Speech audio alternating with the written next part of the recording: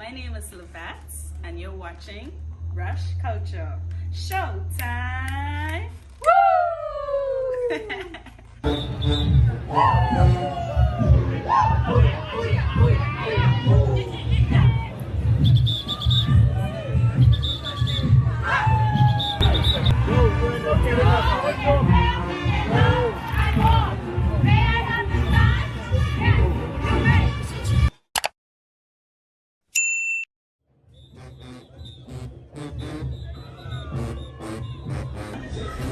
Well, for me, Junkanoo began from I was a young girl. Like, you remember when these young girls used to be in school dancing? Like, who in the morning?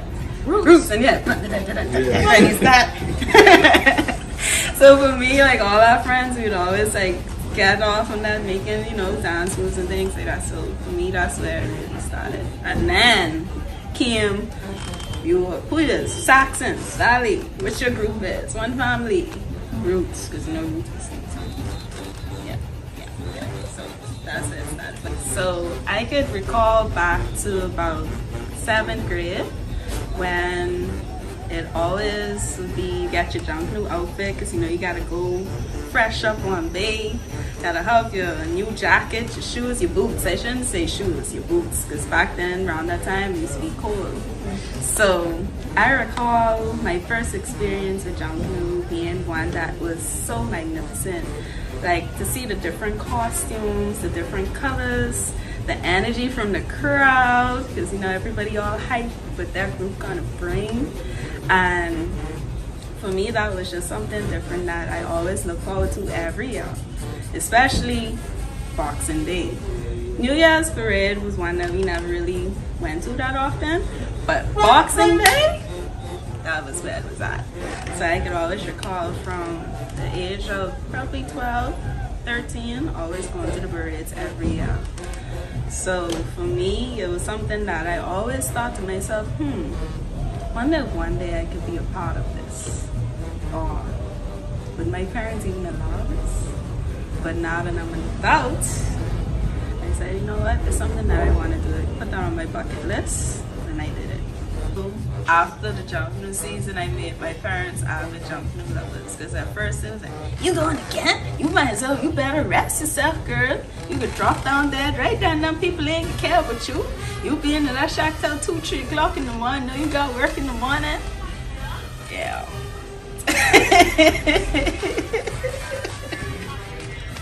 Well, in all honesty, my group that I was really involved with was the Valley Boys. Valley Boys. So I always was a Valley Boy supporter, but I wanted to try a different group when it came to choreograph. The way that I got involved in this was I had a good friend from primary school, and coincidentally, she's now the choreograph leader for Roots. So I knew they were having auditions, and I hit her up. And I said, hey, Lakeisha, just want to know if I could join you girls. And she was like, sure. So I went out to the interview, the audition. That would have been right before their Independence Rush, and passed the audition.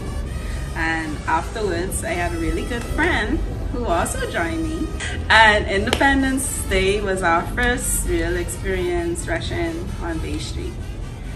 And that was where it got surreal for me, because I'm really like, hold on, wait, how much laps do I say Junkanoo is again? Because I died on this one little half lap thing, and I think I can make it down Bay, Shirley and Bay, yeah?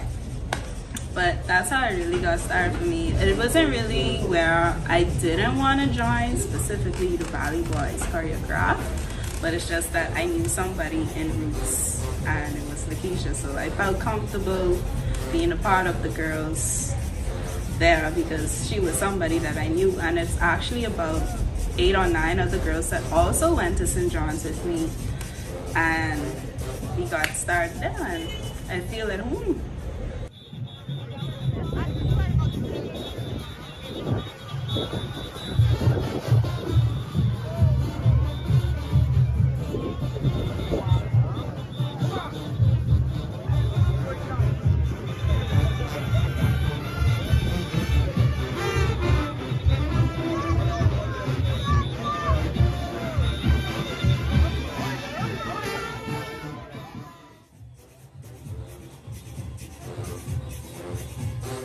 So, the choreograph journey.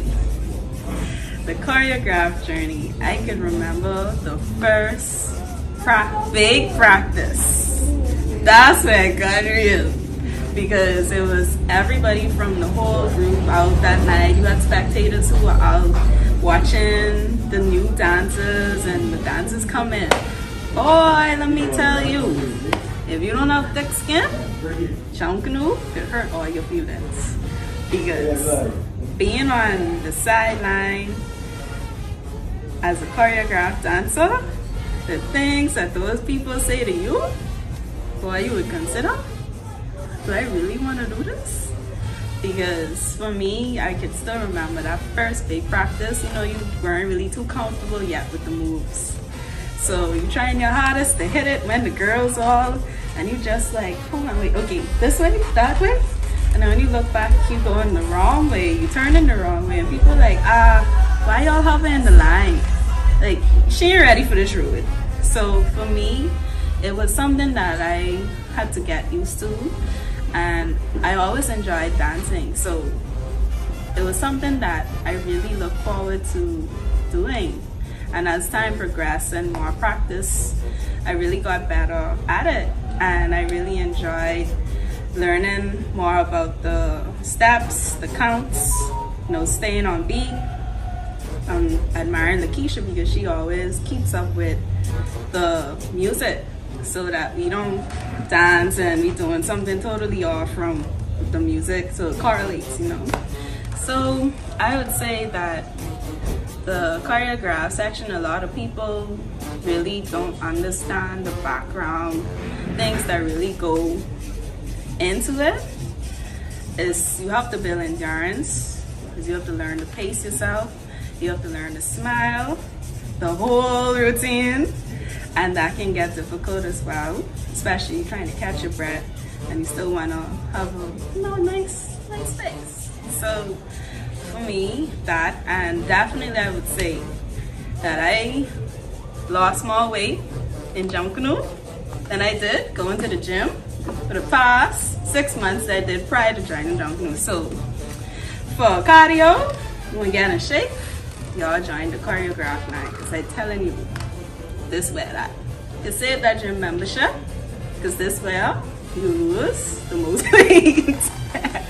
But I thoroughly enjoyed it, and I must say that after the parade, well, both Boxing Day and New Year's, at first Boxing Day, I didn't think I would have been able to make it down the road, but it was really good. I felt in control of my body, and then New Year's, I felt really comfortable, and I almost wanted to go another lap.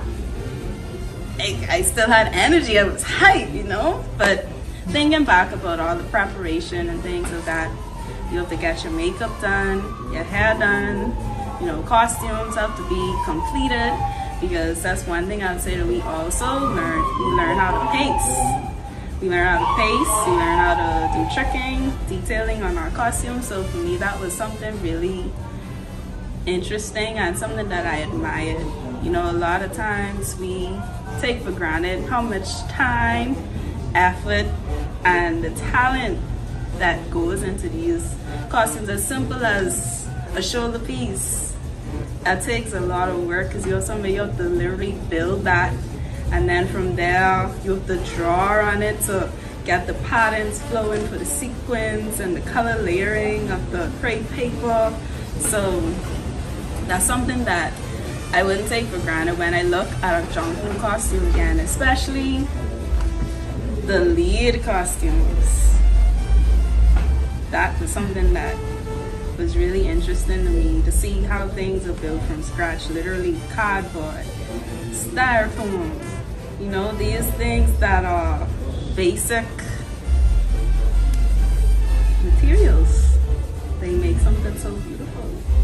You look around the shack and it's like, wow, just to think you add a little sequence to this or some feathers to that, how it just complements a costume so perfectly, you know? I would say the choreography wasn't really that hard once you learn how to count. So once you get the counts in your head, the steps align with that. So for me, it was easier to adapt to the choreographed style of dancing for that reason. So some of the steps were complex and may have been hard to catch, and you know, when it's like that, you kind of put your extra flat with to still seem as if you're doing the same steps that everybody is, but you know, they cheated a little, but not really. But I feel it's not as bad. So it was good for me to learn. I really enjoyed our 2 themes that we brought to Bay. That is probably why I decided to do both Boxing Day and the New Year's Spirit, because both concepts were completely different, but they were also dynamic in their own way. So, you know, we had Barbie, Boxing Day, and being the mannequin and being the doll, like, it made you more feminine, made you be more cute, made you be more robotic-like. And it was something that, to me, young women could relate to. Not even young women, even grown women. Everybody loves Barbie. Everybody grew up with a Barbie doll, so that's something you can resonate with. And some men, you know, you have your sisters who always playing with dolls, you know, you all pop the heads off. Yeah, you did your thing at that. But for me too, when we brought Bridget in, that was the concept of bringing the waltz to Bay. So I always remember when Lakeisha said, okay, we're gonna have the men dancing with the women. I was like, oh, we're gonna have men dancers? I got so excited. And she was like, no, Lovette, we're gonna be the men. I was like, oh. But as we learned the routine that Miss Pinda had created, and we learned who our partners would be, it started to become more personal.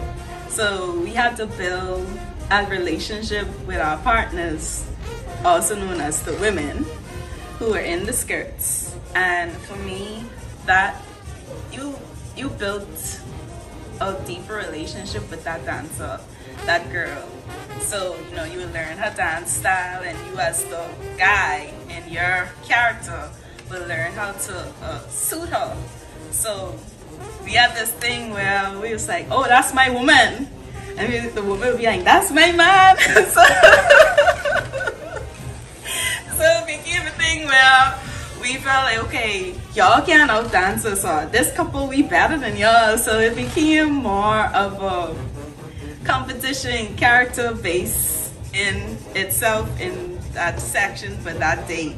So I'm sure that you saw that in our videos. Some couples were doing the most.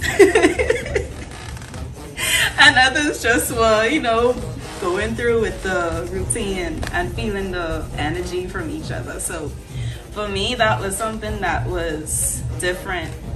And I know that a lot of people, they were amazed that we brought the waltz to Vegas. That's something that never happened. So a lot of people probably still trying to figure out, how could you bring something slow to Bay that should supposed to be fast paced? But as you can see, we made it work all around, and it stayed classy, it stayed elegant, it stayed unique.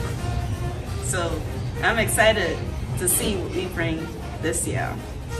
And I think too, when I look back at the other videos from the other groups this year, I think everybody is performing in a different way. The characters are coming to life. The themes are being shown in a different way.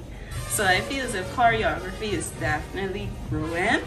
You don't have just the basic steps or just the basic costume design. Like, they're going in depth with their creations, and I think that's something that people like to see. You know, something different that you can relate to.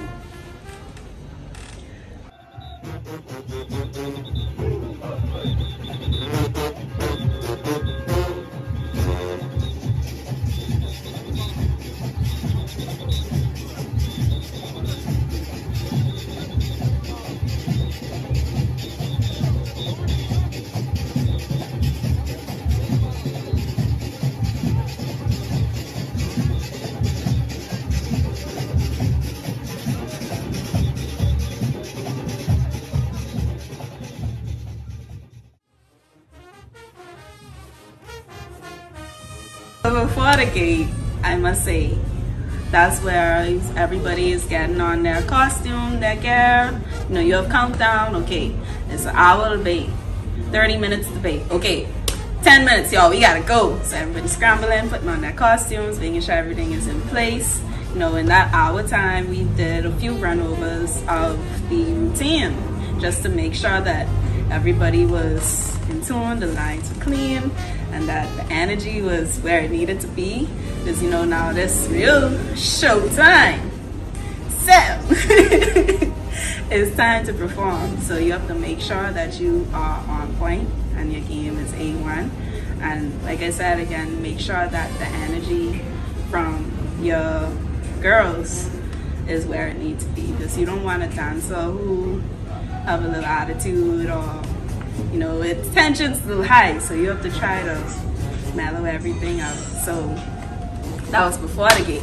Now in the gate, this bag gets real.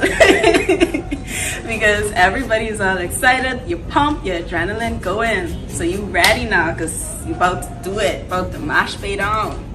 So in the gate as well, most people are hyped, the music getting ready to, you know, roll over. You have everybody just feeling themselves, vibing to the music, the energy.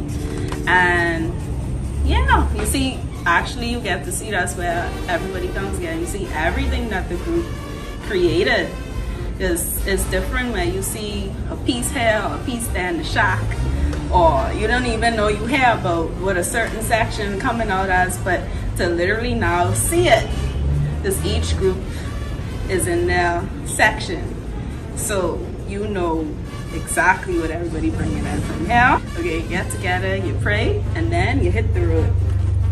Time to mash down bait. Well, for me, being in the moment, it was kind of a reflective state. Like, you know, you're looking around, you see people staring at you, you see your friends, you know, all hype, your family hailing you. So it's almost like, oh wow, I'm actually a part of something that's been going on for many, many decades that is rooted in my culture. I'm actually on the street about to do this, and it got surreal. And I was like, okay, oh yeah, this it right now. This it. We about to do it. And I always remember this guy. He followed us from, we were in the gate, straight down to the point where we couldn't speak to people anymore. And he was like, oh, I'm watching y'all. I just finished watching the Saxons. I said, but you know what? I saved my time to watch y'all Roots girls. He said, but don't worry, the ancestors got y'all. You're gonna feel what the ancestors are gonna bring to you on bait. So I was like, okay, let's see how this feels. But literally, he didn't lie. It's just a different feeling. Like, you know, being that Junkanoo is what it is from back in the slavery days to what it became now. You literally do feel a different spirit, a different energy in your bones. Sometimes I was doing some moves, I didn't even know what I was doing. And I catch myself, I was so low, I had to catch myself and come back up. But it's a different energy to be on bait than to be on the beaches watching it.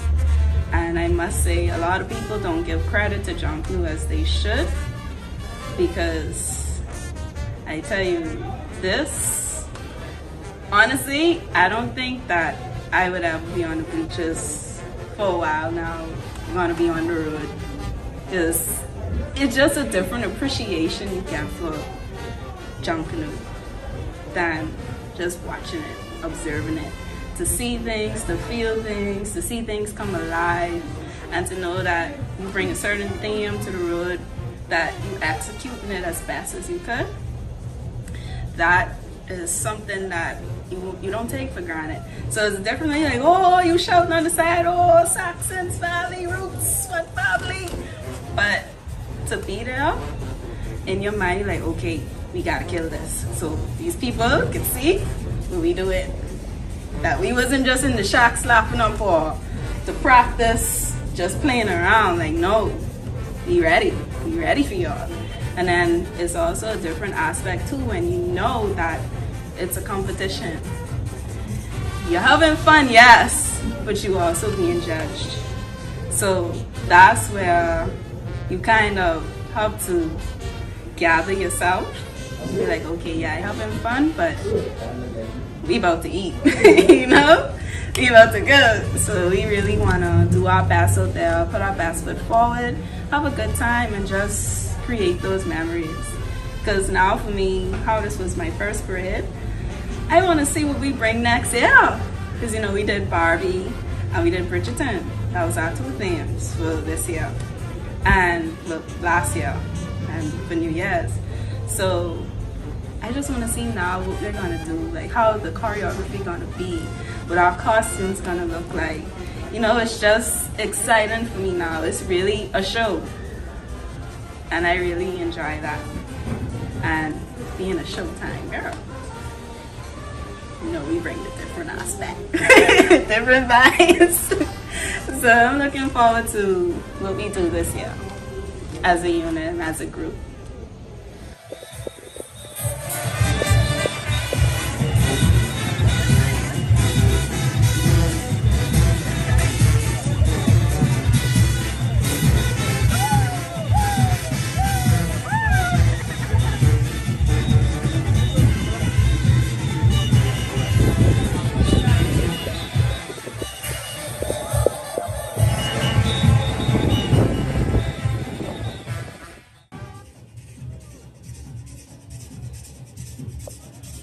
I don't know if you heard, but Roots Junkanoo group is actually one of the first groups to be involved in a musical, Junkanoo musical that they're having at Atlantis. So they had it during the beginning of the December season. I think it ends March 31st at Atlantis. So yeah, it's something different. You know, you never really saw Junkanoo as a musical form. So that's something that I feel is something new to the Junkanoo world, but that's just the beginning. For me, when I consider how high Junkanoo could go, like, yes, you know, you have other countries who have things that may look similar to Junkanoo, but it isn't.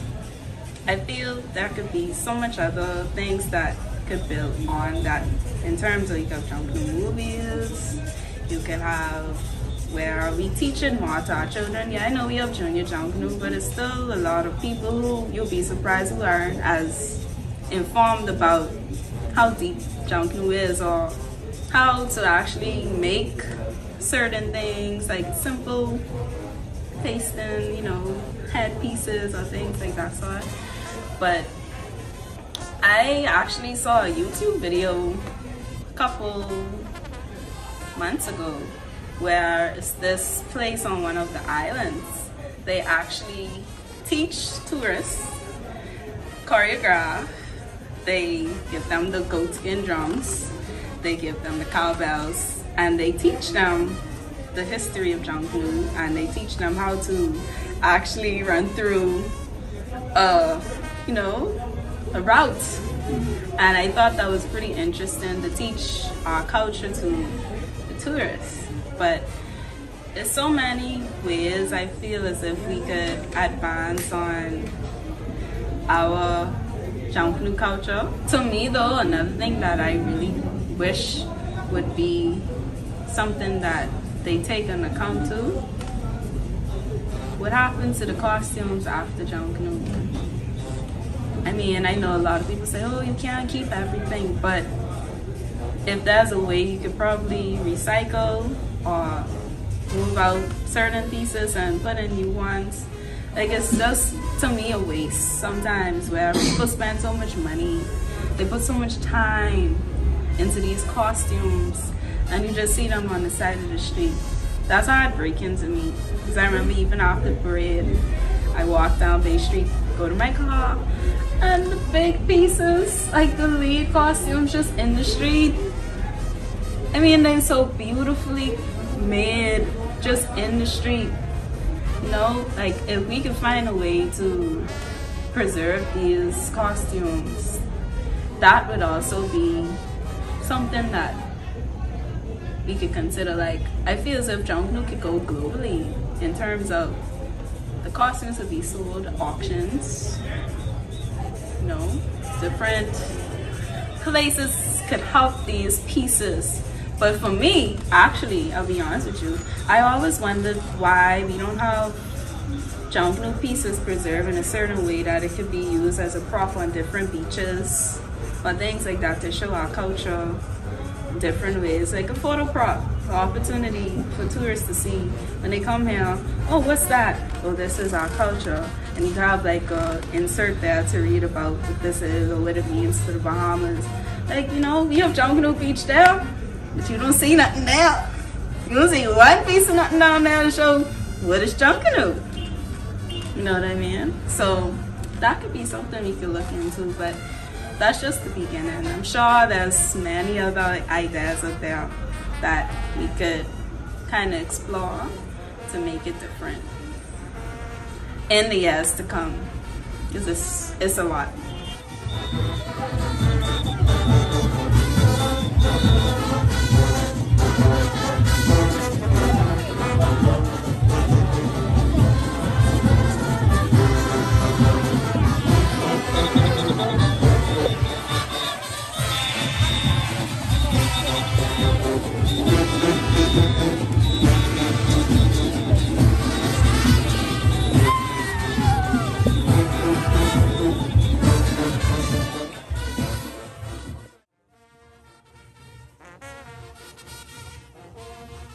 Well, I know the judging was a big situation. That was a big situation this year, and boy, it's hard to say find non-biased judges. You know, you'll always have somebody who has a favorite group or person. So I would say probably that was one of the weak spots this year, but definitely room for improvement. Now, how they're probably gonna go about working on that, no, because, but there, like I said, there are some people who don't really care for Junkanoo, so maybe they could be the better judges in terms of they don't have a group basically they're affiliated with, so they wouldn't say, oh, this group, I like them, so this group win, or that group win. You know, people who literally judging the whole concept of the art in itself.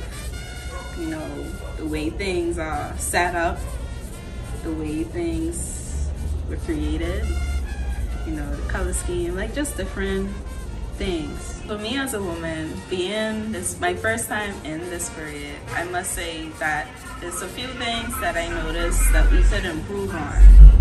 One being the bathrooms.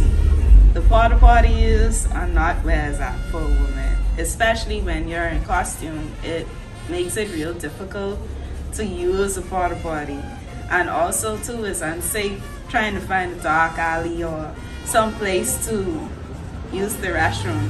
So I feel as if that's something that the JCMP should probably look into, and also they probably have just like a section just for the people on the parade, women one area, men one area, so that way women can feel more comfortable, especially if they need, you know, feminine products or things of that sort, they could have that there. Two, I would say the rest stop area, I would say could be more functional in terms of you're resting to get your energy back to perform on Shirley Street or on your third lap on Bay. Maybe there could be a seating area where you can actually elevate your legs, or just to catch yourself instead of sitting on the ground. And you know, there's so many people around those areas before the groups even get there. You have to kind of find a dry spot, if you know what I mean, because you know, men are using the bathroom everywhere, and you don't want to mess up your costume, and you don't want to sit in that. So I think that's something that should also be considered when it comes to group rest spots. And also, I know I noted that on the third lap, when rest stop it was kind of hard to get free water and Gatorade, although we had water from some of our shows, but the area that was open for the people on the parade, you had to pay. So I mean, sometimes you don't always have cash on you fully through the parade or nowhere to keep that. So I mean, that's something that probably could be revisited. And, you know, when you come on that rest stop right before you're going to Shirley, it's like right in there you get like the free Gatorade and the water. But then so when you come back around and do that third lap, you gotta spend coins. And then I also remember it was hard to find a way to store my cell phone and certain things, my keys, you know, your personal items. I feel as if maybe if somebody were to create maybe a storage unit that is electric, even if it's just temporary for the time being of the parade, most people can put their personal items in, have it, you know, locked, encrypted, and then you put your password in, take it out after the parade is done. That way, you know your keys, your phone, whatever you want to put in there is safe. And if you have to go to it during the parade, you know where it's at. It's because it'll be like at one designated spot. You go there, come back, and just go about your business. Make sure it's highly monitored. So nobody break into it. And all the stuff gone. None of mine say the shotgun and one of the things to be going to. That'll be something pretty cool. Because I can't get my phone, like, and I want to leave in the car, somebody breaking the car and then phone gone. This year we had that for Bobby. I don't know if you saw that. We had a backpack, so our stuff fit in there, but New Year's no. I had to give my phone to somebody, and my keys, and hope that I could find them after. One man lose his whole everything, his car keys he couldn't find. It was must be like 7 p.m. He's still looking for his keys. I would say too probably the time, because for me this was my first parade, and I know with Junkanoo being moved, especially how they cancel the parade, that caused a lot of pushback at work for me. So I kind of still had to go to work, and it was tough because I was up from the night before, or 2 nights before. It was the night I was in the shop before we went on to the road. So although it was Christmas time, getting ready for Bay, no, like, okay, yes, I did get an extra day per se to rest, but I feel as if at the time, instead of it being, time was at 10 o'clock, they could have probably started like around 8. Now, with it being Boxing Day, I would say, you know, after Christmas dinner, that's probably a bit tight for some, because, you know, a lot of these people, they sacrifice their family time for these parades. So, but I think though around by 9, 8 o'clock, that could probably be a good time as opposed to, because there's so many groups. And I know with us this year, Roots came out last on Boxing Day. So that probably was about 6:30, almost 7 o'clock in the morning. So that was pretty tough, having to get your energy up again after going through the whole ordeal with makeup, hair, practicing, resting, hydrating, trying to get back excited. You know, that took a lot. What I would say, it's some room for improvement too, in terms of, I'd say like the seating, that could change. But I know people had the argument where could you put Junkanoo, where else could you put Junkanoo, and that might be a bit tough because that's the history of Junkanoo, Bay Street. So when you really think of it, that's where it all started, correct? They really started on Bay Street. So maybe you could have more like a stack seating, but then it's only Russell Square. The idea that I remember I thought about was about the parade being marketed to more tourists. In terms of the Ministry of Tourism could partner with the cruise lines and probably find a way to bring more people to the parade around Boxing Day and New Year's so that they can see what the Bahamas is all about, like where we originally got this culture from, why Junkanoo is such a big thing. I don't know if you notice Chad Ochocinco. I know you always a big valley, and now he has that guy, what his name is, the football player who did. Yeah, he is a Saxon.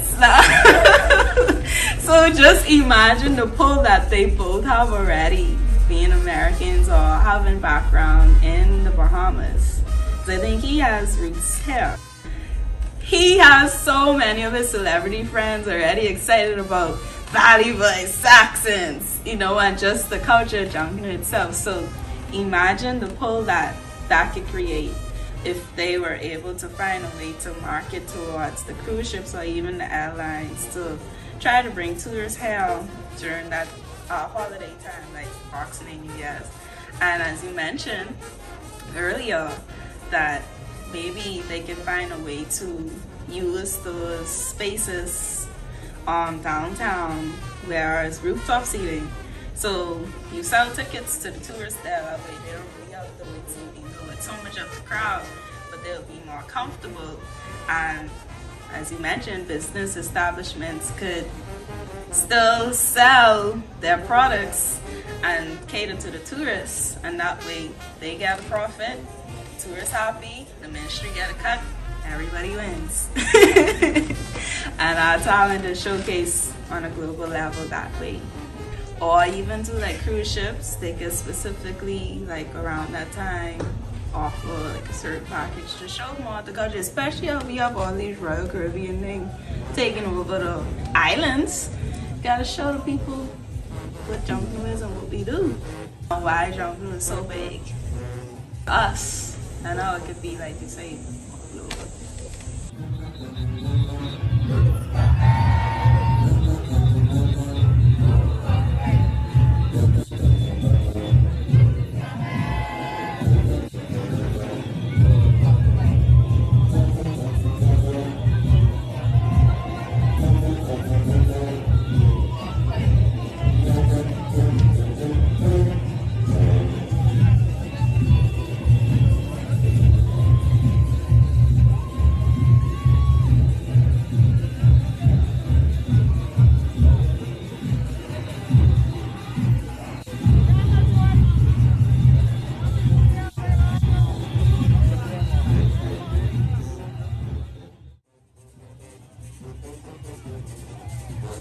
So for me, the leadership in this group is very strong. Lakeisha and the management team, they brought a different dynamic to the choreograph section, something that, you know, you only look at from the outside looking in, so you don't really know what goes on behind the scenes.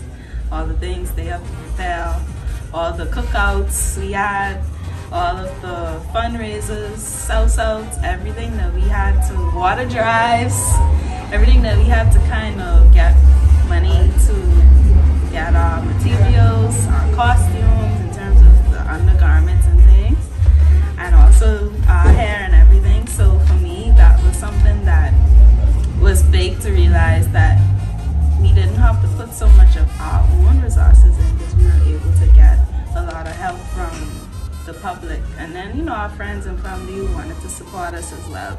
So that was big for me, and I'm grateful that we had so many supporters that wanted to help us out this year. So look forward to Showtime next year, hopefully on the road again, and you can too also support us. We really appreciate your help. And also, I would say with Lakeisha, the amount of work that she put into this, I can't imagine how she did it all in one, because it was so many moving parts, and she still was able to stay positive and keep us in a good attitude. You know, with her leadership skills, she didn't allow herself to become frustrated, which in it trickled down on us. That didn't happen. Like, if there's anything, I think us in the choreograph section as young women, we form more of a sisterhood.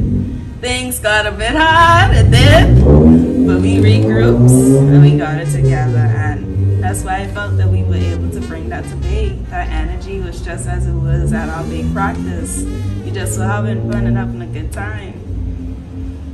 Even if nobody was there to watch us, we still had a good time.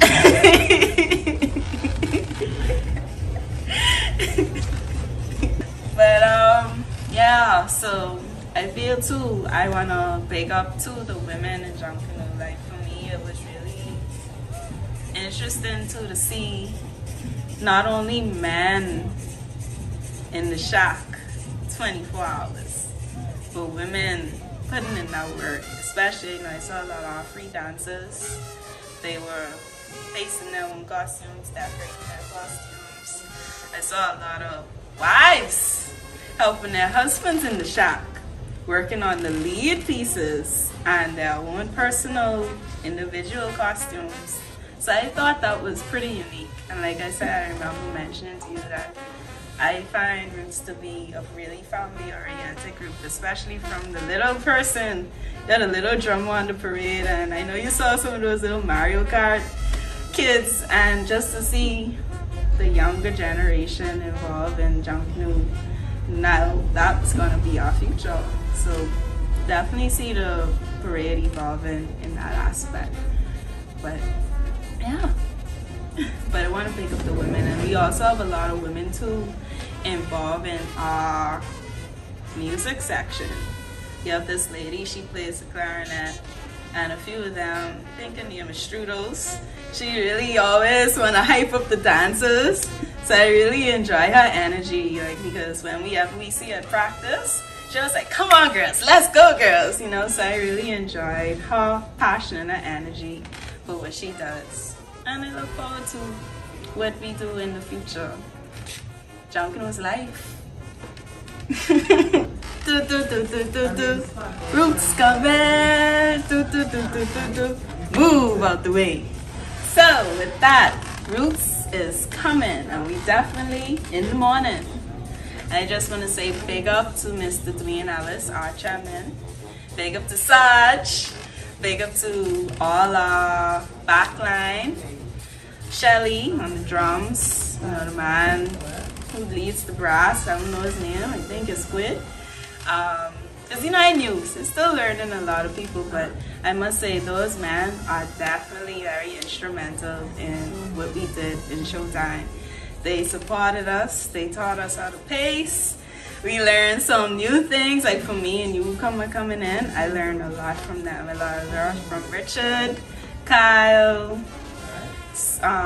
Marco, Cheers. I know they're in the brass section too. Drums too. Who else? Omri, Kino, Marsha. He definitely was good this year to us. Him and Miss Anne and all the other marshals that assisted us. Some of them, I don't know their names, but I'm sure in time I will learn everybody's name and learn everybody in the group. But definitely appreciate all the help and support that we got from all of our group this year in this season. And we just want to say thank you for supporting Showtime.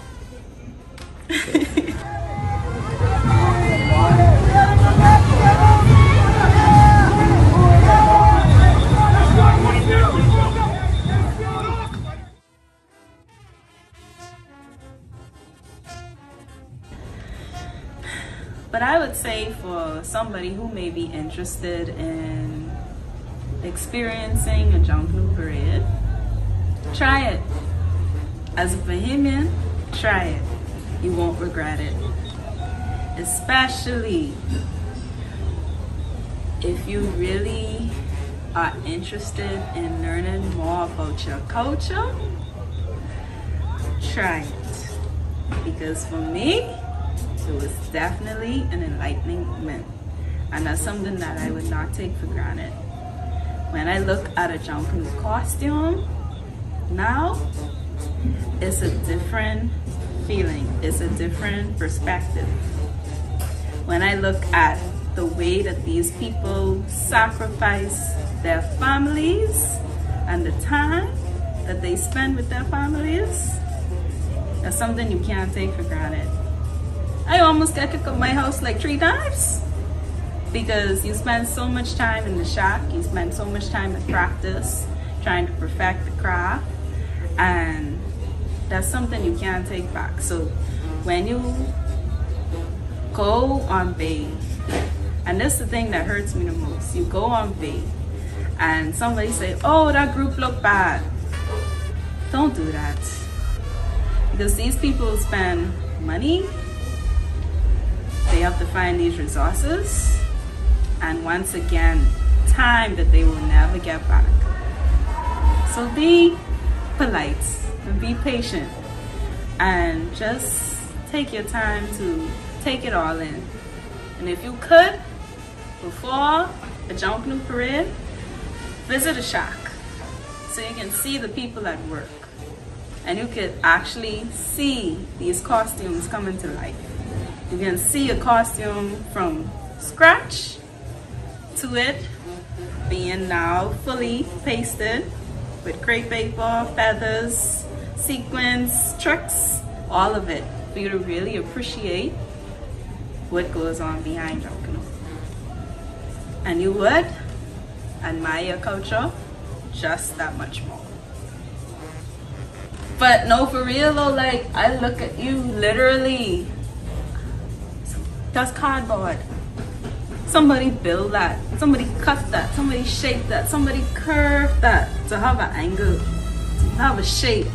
Like, you can't, this is something that you can't recreate. You know what I mean? You can't copy and paste that. And when you copy and paste that, it's bad. But yeah, I admire Junkanoo a whole 10,000 million% more. I kind of like that woman now. But yeah, I must say my experience was one that I won't take back. Like, for me, I think I'm in there now. I'm a Junkanooer and a true Bahamian, deep, deep, deep in my roots. Get that pun? So, like I said again, if you're a young lady or a young man that is interested in joining a Junkanoo group, whichever section you're comfortable with, try it out, please. You won't regret it. Let 2024 be your year and beyond. If you ever consider wanting to know more about this culture, join the Junkanoo group. You won't be disappointed. So, if you're looking to join the Showtime Dancers, Roots is where it's at. And honestly, Roots is a group that I must say is family oriented. And just joining Junkanoo for the first time, I feel at home. A lot of the people that I met, it was a great experience for me. Like, I made a lot of friends. I met a lot of people who I really respect more, like looking at what they do with their costumes and the way that they build things. And I would shout out Mr. Keith Johnson. He was our builder this year for our Roots Showtime girls. He did a phenomenal job. Him and his wife was Ann Johnson. And also Mrs. Karen Pinder, she was our choreographer. And Lakeisha, who's our leader. I must say, I salute them 1,000%, no, 1,000,000. It counted like that. But I am grateful to be involved in the group that I am. I really enjoyed my time with them this Junkanoo season, and I don't regret it. And I look forward to this season. So, showtime! Woohoo! Yeah.